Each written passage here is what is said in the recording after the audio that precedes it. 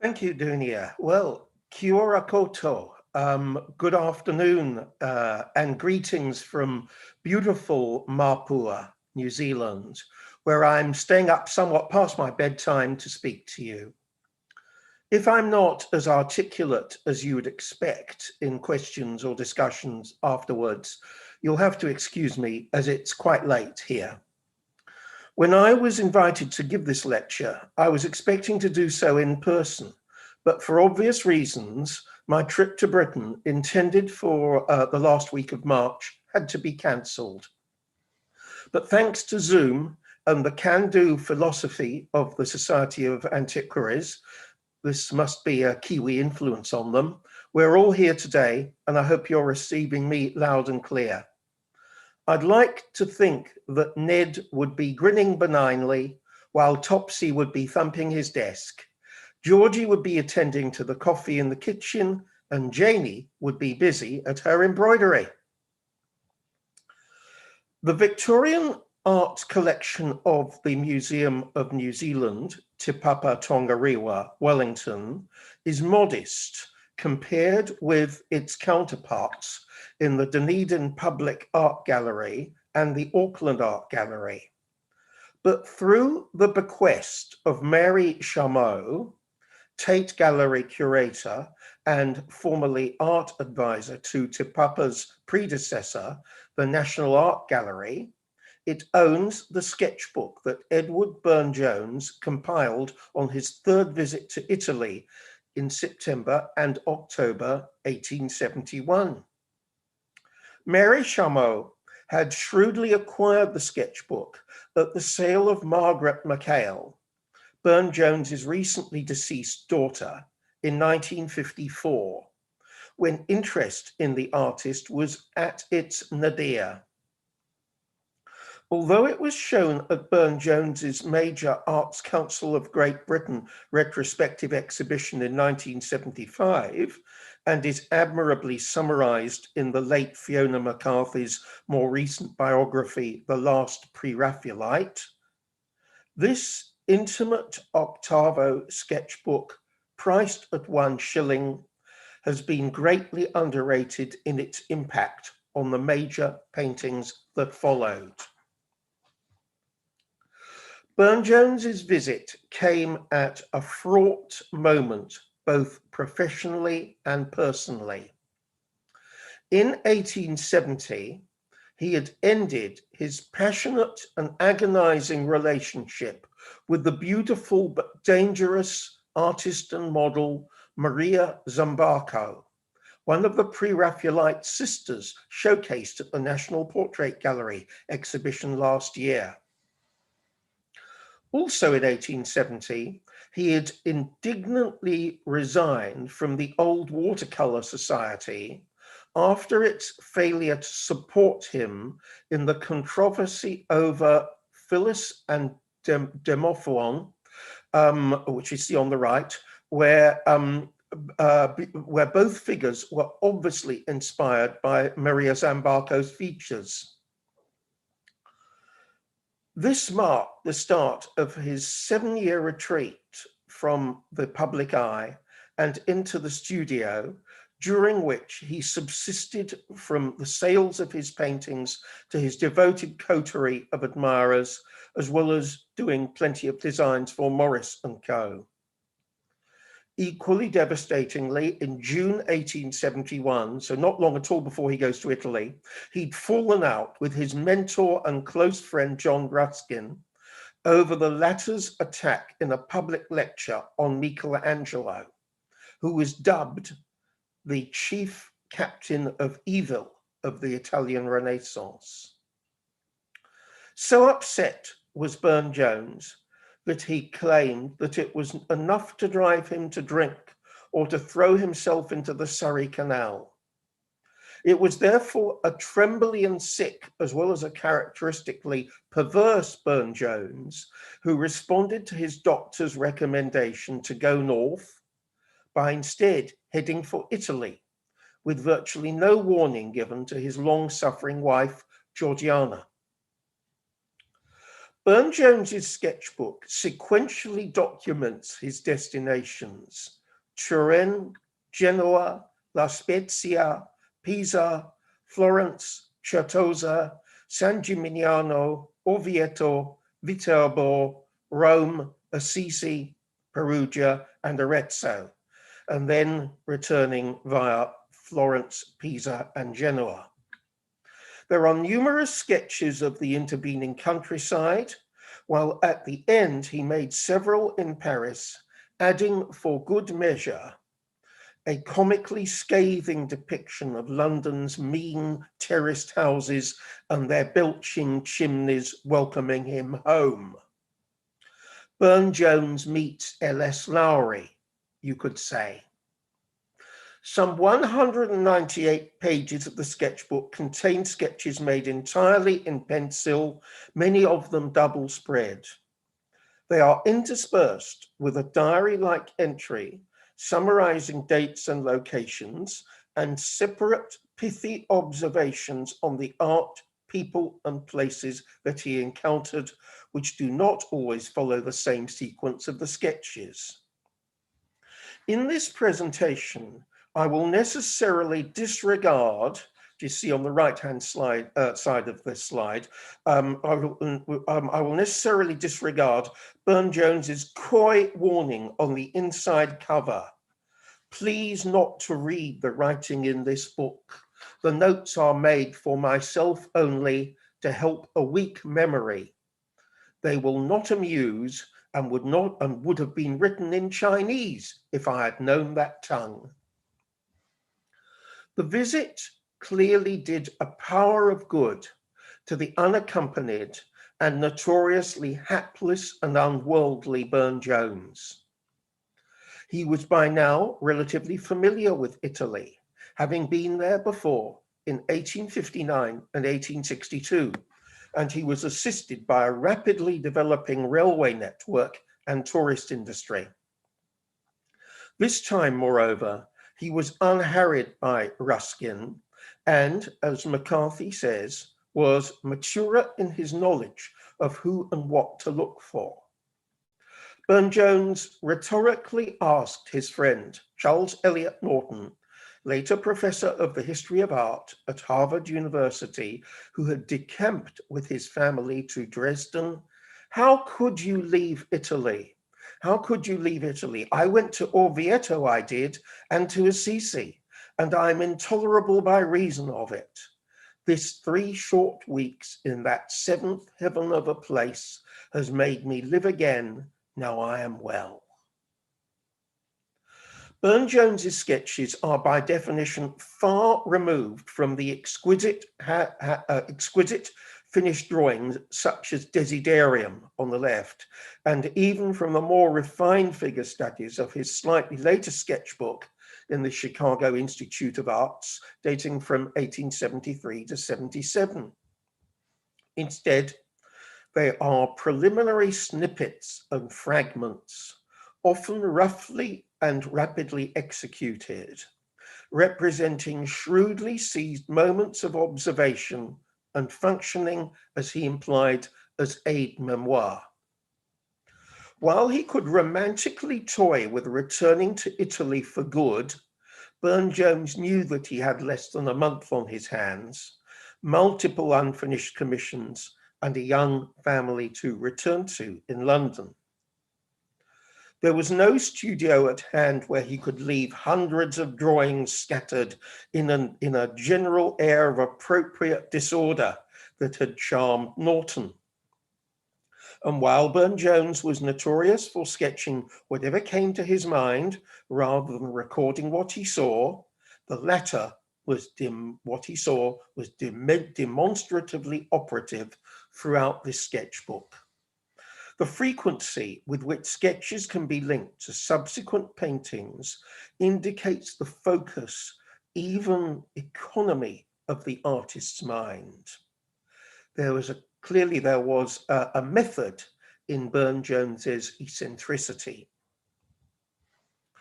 The sketchbook can be divided into several distinct categories: architecture, both panoramic and detailed; landscape, including numerous detailed sketches of olive trees, and not least, copies of the predominantly early Renaissance works of art that most inspired Burne-Jones.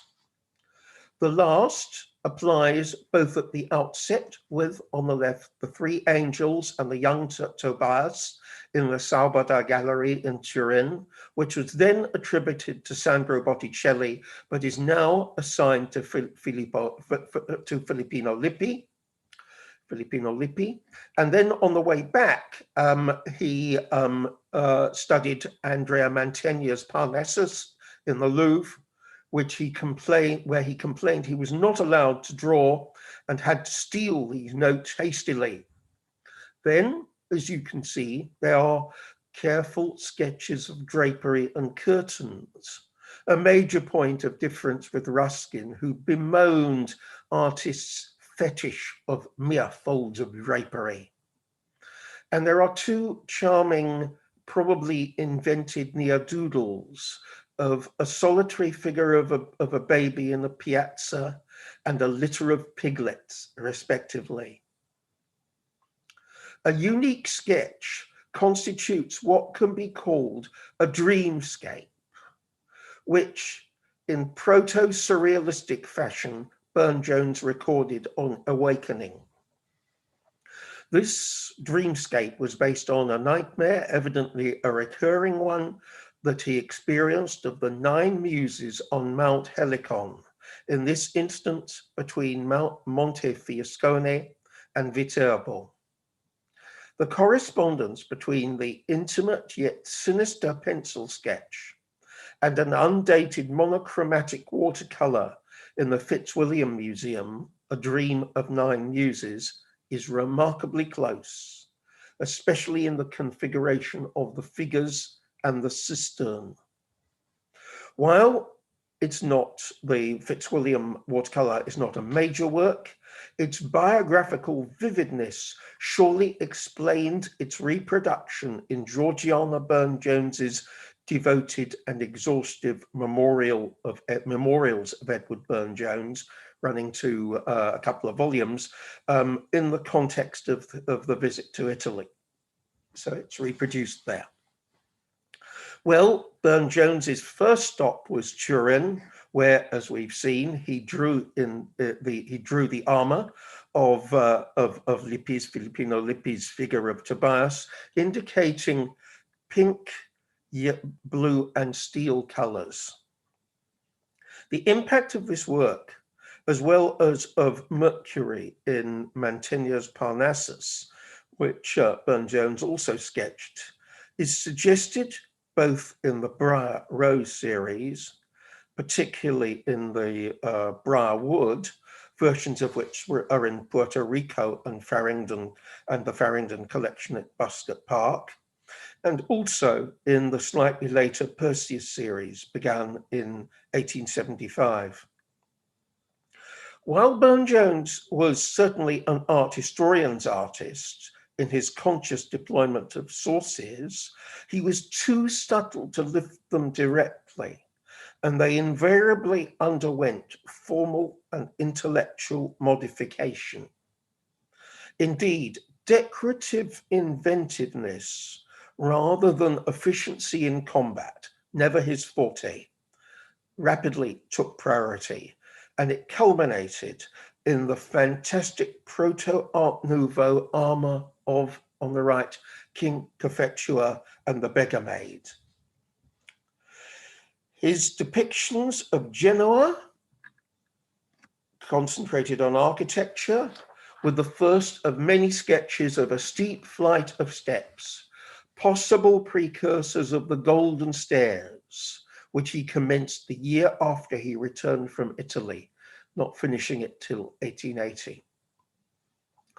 Burne-Jones pronounced the Genoese are very handsome, especially the men by the sea, and he took an evening train to Sestri Levante, where, quoting him, the sea is at the end of the garden and it was rough that night.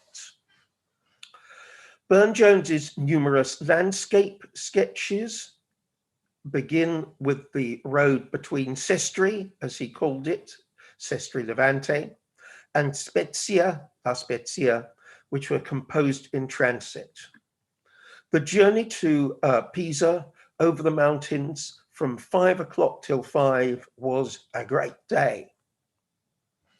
The massive impact of the Italian landscape on him is evident in the backgrounds of his paintings and drawings. Prior to this visit, these backgrounds are predominantly English and verdant, such as in The Merciful Night of 1863.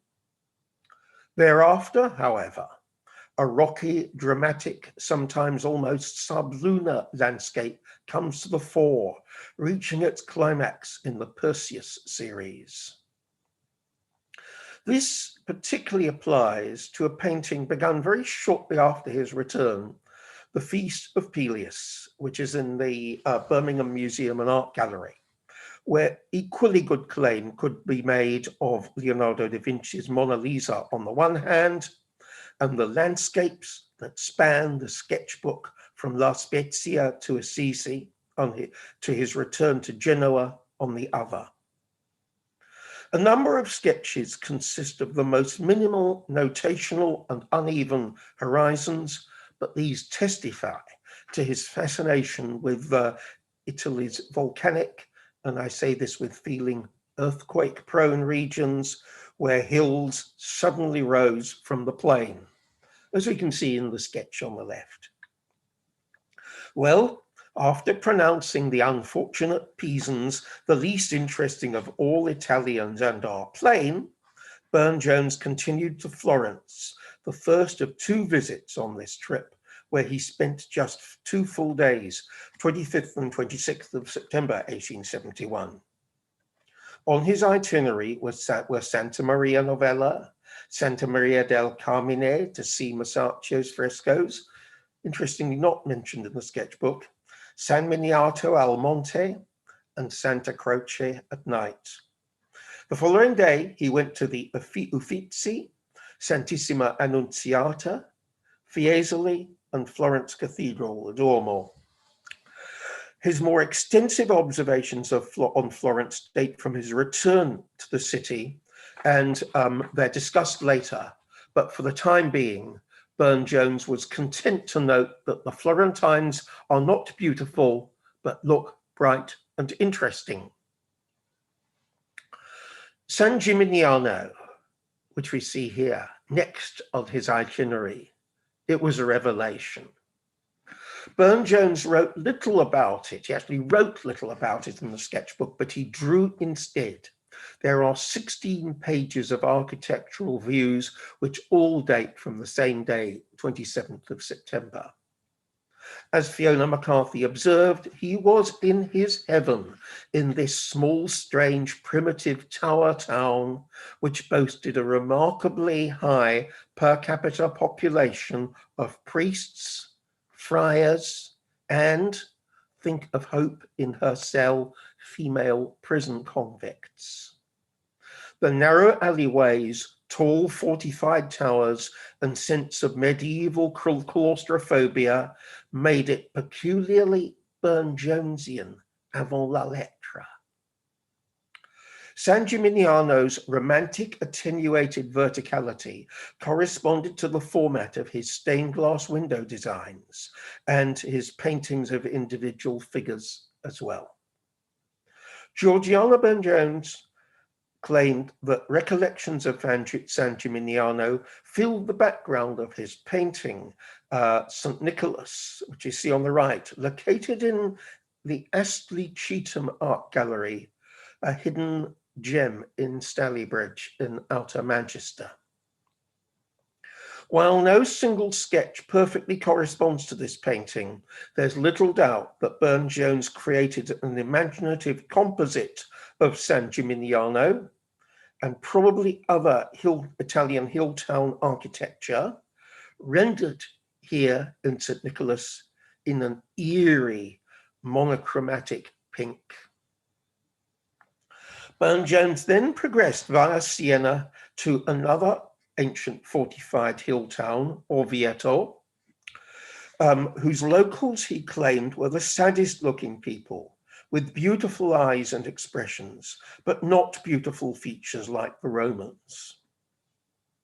His favorite subject matter for sketching remained ever more claustrophobic, vertically sliced architectural studies, often featuring steep flights of steps and successions of arches, such as we see here.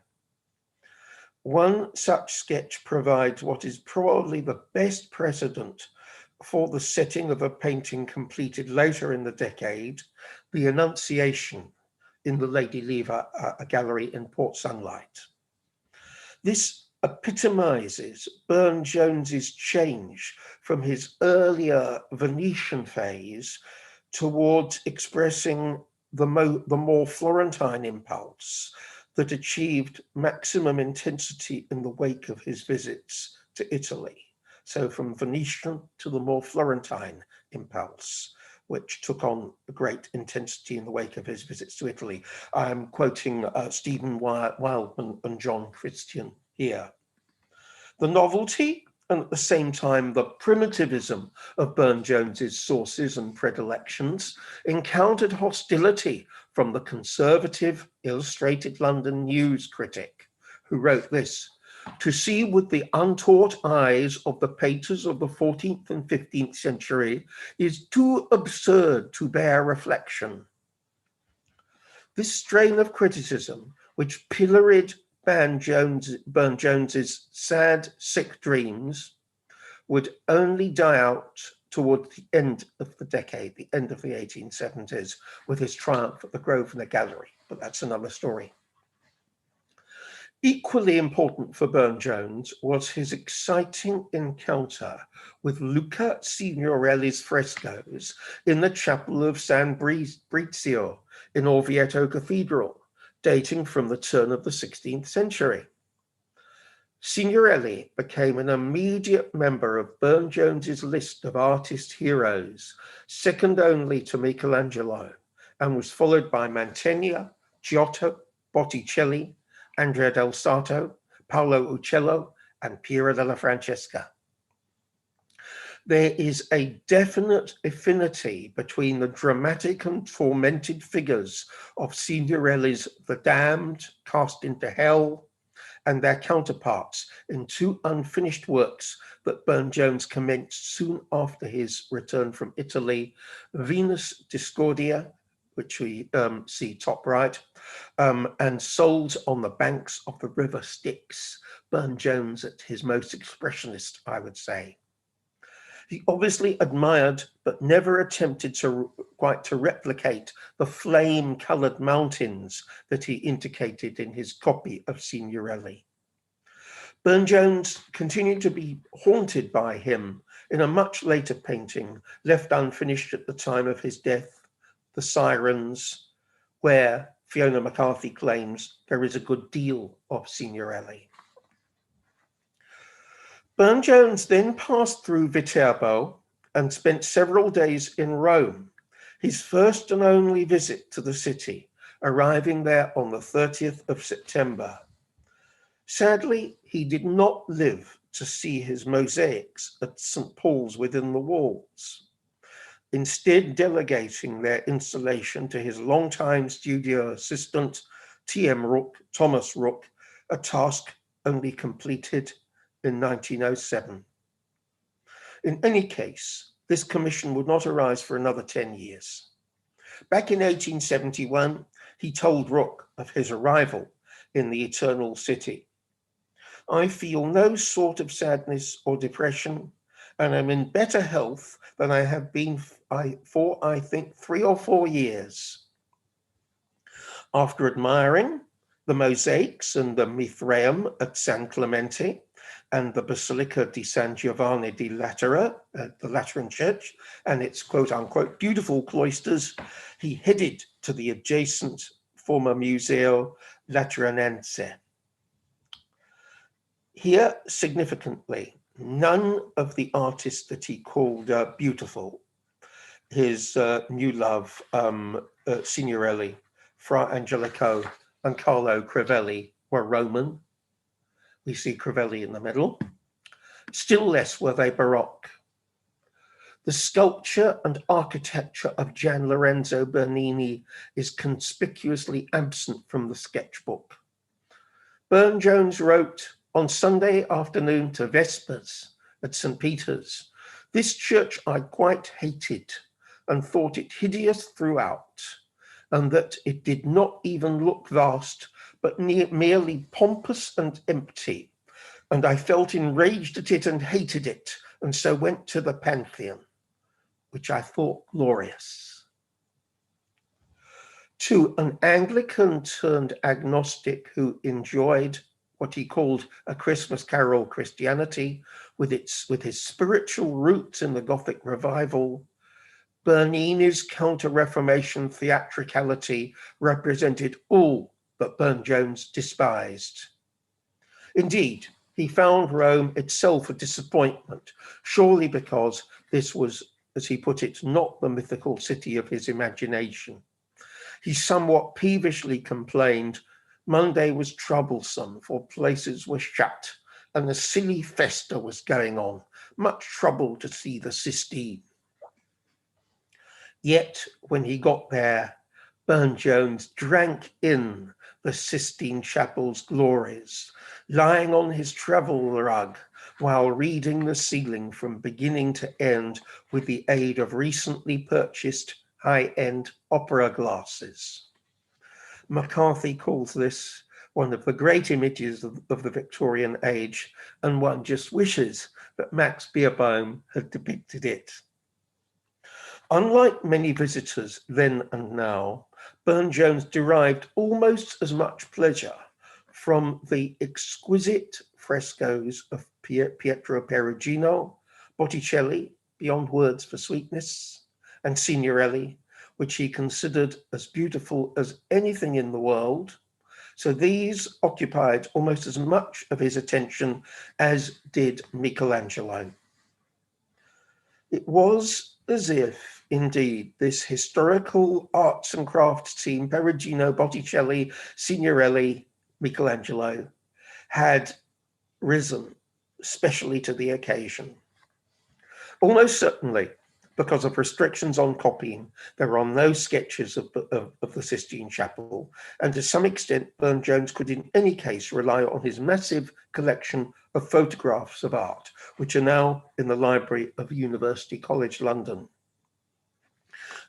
Talking of which, earlier in 1871, he told Charles Eliot Norton, "I ought not to buy 100, and yet I could soon choose 100. Michelangelo impressed him partly because the reality patently surprised any reproductions, as Burne-Jones candidly recognized. He contrasted the blurred photograph of the punishment of Haman, on the right, the fresco, of course, with the perfect reality, and likewise admired the sleeping Adam, quite fair, of which the photograph is dark. As well as being enchanted by the Pantheon, though he didn't actually sketch it, Burne-Jones carefully studied other landmarks, notably the Baths of Caracalla and the Domus Aurea, the Golden House of Nero. It was here that he most obviously suppressed his imagination and instead recorded what he saw. There is direct match between several sketches of the Baths of Caracalla and what visitors see today.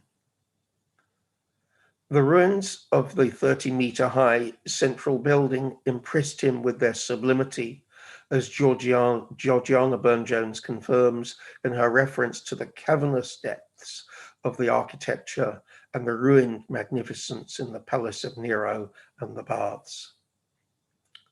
The decorative designer in Burne-Jones marveled at the mosaic floor tiling in the Baths, which he recorded, again, quite meticulously, while the interconnected rooms in the Domus Aurea provide a further perfect match with their appearance today, as you can see here. It is far harder to link these sketches directly with any paintings that followed, though there is surely an echo of the baths of Caracalla in the ruinous setting of the Perseus series, particularly the Doom Fulfilled, which is in the Staatsgalerie in Stuttgart. I know the figures are quite dominant, but try and make out the setting of it, and it's juxtaposed, as you can see, with the baths. At the Capitoline Museum, Burne-Jones was moved by a tomb of a young girl holding poppies ready for death, eyes open. His sketch unmistakably indicates poppies rather than the roses that are sometimes encountered in Roman tombs. Unfortunately, there is no record that obviously approximates to the tomb that he saw in Henry Stewart's exhaustive catalogue of the ancient sculptures preserved in the municipal collections of Rome, dating from 1912 to 26, nor, as Nigel Spivey attests, evidently any such tomb of this description in the Capitoline Museum collection today. But its impact was considerable, with the sleep-death trope foregrounded in the Briar Rose series that occupied a fair part of the next 20 years of Burne-Jones's working life. The formal and chronological proximity of two early works in the series, which we see here, the Briarwood and the Council Chamber, both at Buscott Park, their proximity to the tomb sketch is especially telling. If anyone here has any clues about Burne-Jones's mysterious source, do please contact me. Thank you. Well, when he arrived at the wonderfully beautiful city of Assisi, Burne-Jones felt fresh life again, for I hated Rome. Indeed, he wrote elsewhere, Birmingham is my city according to facts, but really Assisi is my birthplace. His sketches contain the greatest variety of subject matter, landscapes and panoramas of the town, details of windows letting in light, further architectural scenes with steep steps, including one we see here with a quaint childlike figure sitting on them, labelled 68 New Street, Assisi. They're the piglets, and there's a hurried impression of the St. Francis Day Festa. Unlike its quote-unquote silly Roman predecessor, the Assisi Festa, full of people of every colour of dress, delighted Burne-Jones, not least its cast of animals, including a great market of white bulls covering the hills above and below, beautiful white bulls by the thousands. No less impressive was the art, where Cimabue impressed Burne-Jones more than Giotto at the Basilica of St. Francis of Assisi. He astutely believed that the frescoes controversially attributed to Giotto, narrating the early life of St. Francis, were early works, not comparable to Santa Croce or the Arena Chapel Padua, whereas the angels of Cimabue look glorious. The whole set looks wonderful and beyond any idea of Cimabue that one had before. At Perugia, Burne-Jones encountered Signorelli once again and was predictably delighted by the wonderful San Onofrio altarpiece, which is now in the Museo dell'Opera del Duomo in Perugia. He marveled particularly at the miniature decorative detailing clearly visible on St. Onofrius's cope. Shortly afterwards, he aimed at comparably exquisite effects in the illuminated book and jeweled crown in the famous Laus Veneris in Praise of Venus in the Lang Gallery in Newcastle. He also sketched the neo-naked foreground angel playing the lute, noting in the sketchbook sorry, noting in the sketchbook, left leg hidden by altar rubbish. At the Palazzo Comunale, as he called it, by which Burne-Jones meant the Collegio del Cambio, he found he liked Perugino more than ever. The Prophets and Sibyls audience hall frescoes, excepting the Peruginos in the Sistine Chapel, are the most perfect, he wrote. Some of their graceful gravitas would be recaptured in paintings and stained glass window cartoons of this period, such as Hope, the treasure of the Dunedin Public Art Gallery here in New Zealand, Fides, and here the Sibylla Delphic Sibyl. Burne-Jones expressed a Ruskinian delight in his discovery of a largely forgotten but compelling Quattrocento figure in the Umbrian painter Benedetto Bonfili, particularly his Madonna and Child with Angels and Angels Offering Roses, which are both in the Galleria Nazionale dell'Umbria in Perugia. Burne-Jones enthused, "No angels are sweeter than his," and he depicted a haloed head, as we can see from each painting in the sketchbook. A few years later, a sweet, bright, unmistakably Bonfili-influenced angel appears in the relatively minor but delightful An Angel Playing a Flageolet, which is in Sudley in Liverpool. This substantiates the claim made by Wildman and Christian that such works not only had a direct appeal that has lasted until the present day, but their apparent simplicity belies much careful study on the artist's part, especially in the historical representation of the angel figure. Perfect instance of this. Well, immediately after enjoying Bonfili, Burne-Jones put a nearby Piero della Francesca on an altogether different intellectual plane when he wrote, "But the strongest and most imaginative of all pictures here is one small predella subject by Piero della Francesca of the Vision of St. Francis. The work usually made asleep is here awake, and his face drawn with wonderful tenderness. The color and design is deeply poetical."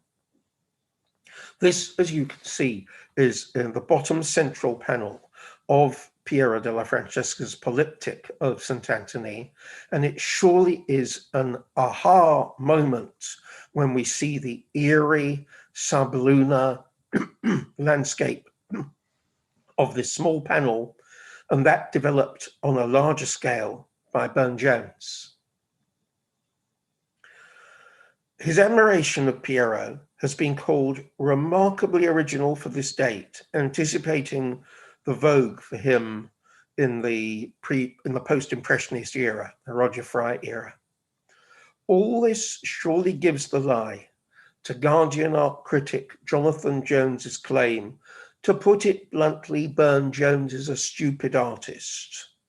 To which my response in the Victorian Web was to rhetorically ask, isn't the boot or medieval sandal on the other foot? While people's faces in Perugia were apparently thin and poor, and very like Perugino saints, thin-nosed and lips, at Burne-Jones's next destination, Cortona, the locals look wretched and have not the desire to be clean. His spirits were, however, lifted at Arezzo, thanks not least to Piero della Francesca and the legend of the True Cross frescoes in the Cappella Maggiore at San Francesco in Arezzo. Burne-Jones wrote relatively little about him, but Piero, but his delicate copy of the victory of Constantine testified to Piero's status in his eyes. I quote, the riding into battle is grand, all the horses admirable and thin, various colours of white, grey, roan and black giving infinite variety, landscape very beautiful. Piero's stillness and light, and what McCarthy calls a mysterious suspended animation, impressed and influenced Burne-Jones. An immediate legacy of his sketch of the standard in the victory of Constantine was another standard rendered in a remarkably similar shade of dull red and held aloft in St. George in the Wadsworth Athenaeum in Connecticut, begun little over a year later. Burne-Jones's homeward return via Florence, Pisa, and Genoa saw a greater emphasis on art history, both in what he sketched and at this stage particularly what he wrote. Not surprisingly, Michelangelo continued to absorb much of his attention. On his visit to the Boboli Gardens Grotto in Florence, where the captives, originally intended for the tomb of Pope Julius II, were then still displayed, Burne-Jones complained that he was not allowed to enter, but he still managed to produce a handful of sketches, including a relatively refined one, as we see on the right, of the young slave. This experience, together with his ownership of a plaster copy of the dying slave, would surely influence the nude figures broken on the famous Wheel of Fortune, which he began painting in 1875. The comments on Michelangelo's house in the sketchbook, Casa Buonarroti, are descriptive rather than analytical, wonderfully beautiful. He bemoaned, however, the absence of commercial photographs of several drawings, nor may any copy be made of them. Burne-Jones was almost as enthusiastic about Paolo Uccello's Chiostro Verde frescoes at Santa Maria Novella from the 1430s and 40s, which he called unequal. Nothing in Italy looks more like inspiration. The figures are few, but the drapery beautiful, the intention of the head and expression perfect. Everywhere, the heart of the subject is got at once in an unforgettable way. The nearby Strozzi chapel frescoes, probably by Nardo di Cione, but at the time believed to be by his better-known brother, Andrea Occagna, were pronounced perfectly glorious. The design of the figures has no sign of immaturity, but full of spirit and freedom. Towards the top, a great mind seems to drift over. Several of the later sketchbooks pages are devoted to careful studies of curtains and drapery, which assisted Burne-Jones in diverse paintings, including a number in the Briar Rose series. These are then followed by some 20 pages that comprise closely observed studies of ancient Tuscan olive trees, emphasizing details of their gnarled trunks and sinuous branches. They were soon adapted to good effect in what became one of Burne-Jones's most acclaimed paintings on his triumphant public appearance at the 1877 Grosvenor Gallery, The Begarling of Merlin. In his fertile imagination, the Mediterranean olives studied from nature morph into an English hawthorn in full blossom, making it consistent with the Arthurian legend. In a letter that reveals much about his art, mind, and learning, Burne-Jones told his friend Helen Gaskell that every year when the hawthorn buds, it is the soul of Merlin trying to live again in the world and speak, for he left so much unsaid. According to Alison Smith, the sum effect is a Burne-Jonesian tree, a strange fusion of hawthorn and olive, essentially something peculiar to his vision. Towards the end of his sketchbook, Burne-Jones summarized his thoughts on the artists whose works he'd just experienced. While he continued to admire Fra Angelico, he found that he cared less for Benozzo Gozzoli and Ghirlandaio, by him he meant Domenico Ghirlandaio, than on my first journey. Of the former, Benozzo, he wrote, "His uniform excellence is tiresome, both here, Campo Santo in Pisa, and at San Gimignano." This response is consistent with the tone of a rambling but revealing sentence that follows.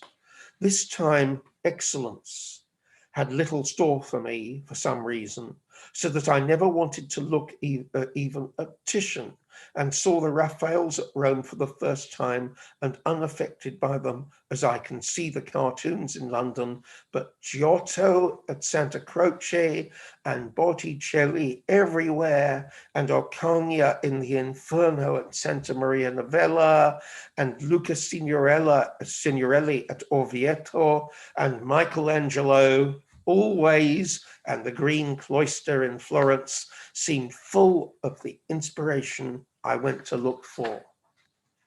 He had indeed found that inspiration.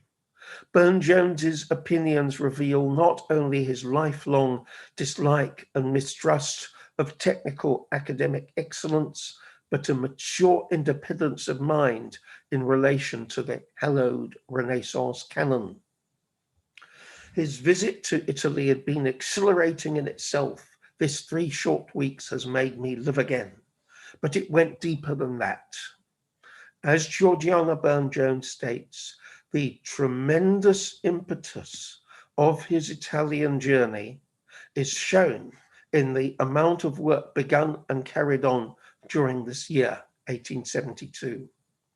She then lists 34 projects, which include Fides, Hope, St. Nicholas, Le Chant d'Amour on the left here, Merlin and Nimue, later known as the Begarling of Merlin, Fortune, the Wheel of Fortune, and the procession of girls coming down a flight of stairs.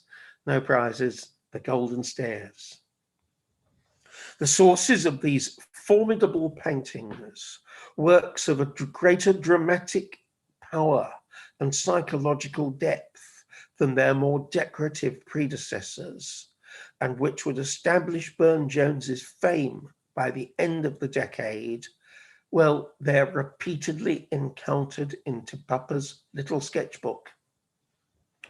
I will end on an unabashed personal note. In April, I was pleased to publish an article on the sketchbook in the Burlington magazine, on which this presentation has been closely based. One of the few benefits of the tragic coronavirus pandemic was the editor Michael Hall's decision to make that issue available free of charge to the world. And another personal note, as some of you may know, my position as curator of historical and international art was axed by Te Papa last year, as this whole swathe of non-New Zealand art was deemed by the senior management to no longer be a priority for the National Museum. My request, made shortly before I left, to complete the museum's holdings of 86 photo engravings in the rare and beautiful 1900 portfolio, the work of E. Burne-Jones. Just 5 are needed, all of which were miraculously on sale at that time. My request remains rudely unanswered. I am accordingly all the more grateful that there is a world beyond Te Papa, whether it is the Burlington magazine or the Society of Antiquaries of London in inviting me here today. which, well, here with you virtually, which recognizes the significance of this sketchbook and by extension, the value of my research and my wish to share it with you. Ngā mihi nui kia koutou katoa. Thank you.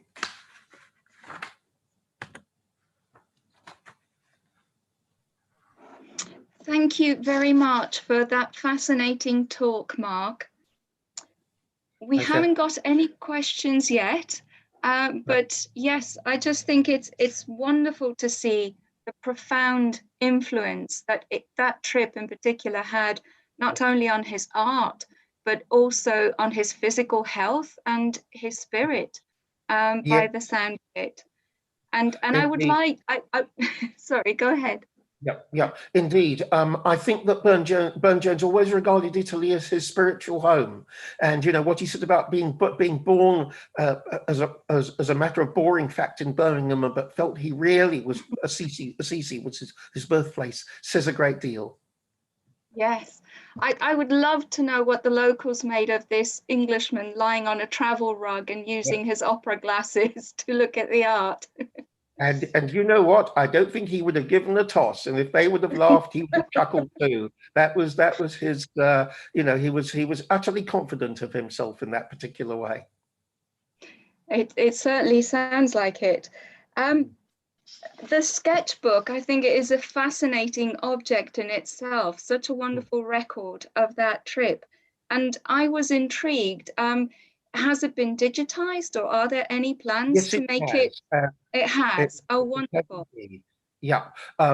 In fact, you can access the drawings in their entirety, and that was one of the jobs that I made sure was done. That it was imaged and properly sequentially imaged on collections online at Te Papa.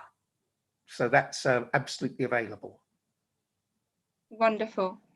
I just have thanks from one of the participants, and I also have an attendee asking whether it is possible to access this talk again. And I believe it is through the Society of Antiquaries website. Yes, on our YouTube channel. So obviously there is an appetite out there to view this wonderful presentation again, and I'm not at all surprised. That's great. That's great. Actually, one thing to add, which I think is just a rather nice observation. Art historians always love to play spot the source, and this sketchbook is so perfect in that regard for that sort of parlor game. You know, I don't think you could almost get a better instance of it in art history. But it does also show how retentive Burne-Jones was, and what economical but shrewd use he made of everything that he saw and recorded, and its incredible recycling from these humble sketches to works on an epic scale that would take him years. And you've done an amazing job of finding those sort of traces of those sketches in his later works. I have to partly thank other art historians, and Wildman and Christian, Fiona McCarthy, Alison Smith. You know, Alison was actually very helpful over when I was debating the Hawthorne vis-a-vis the olive, and she said, "Come on, it's a Burne-Jonesian fusion." No, so I think, to be fair, the ground was nicely prepared for me, but I just enjoyed taking it to its, for want of a better word, final conclusions in my study of the sketchbook. We also have a question. The question is this sketchbook particularly unusual in Te Papa's collection, or are there other artists' sketchbooks of this quality in the collection?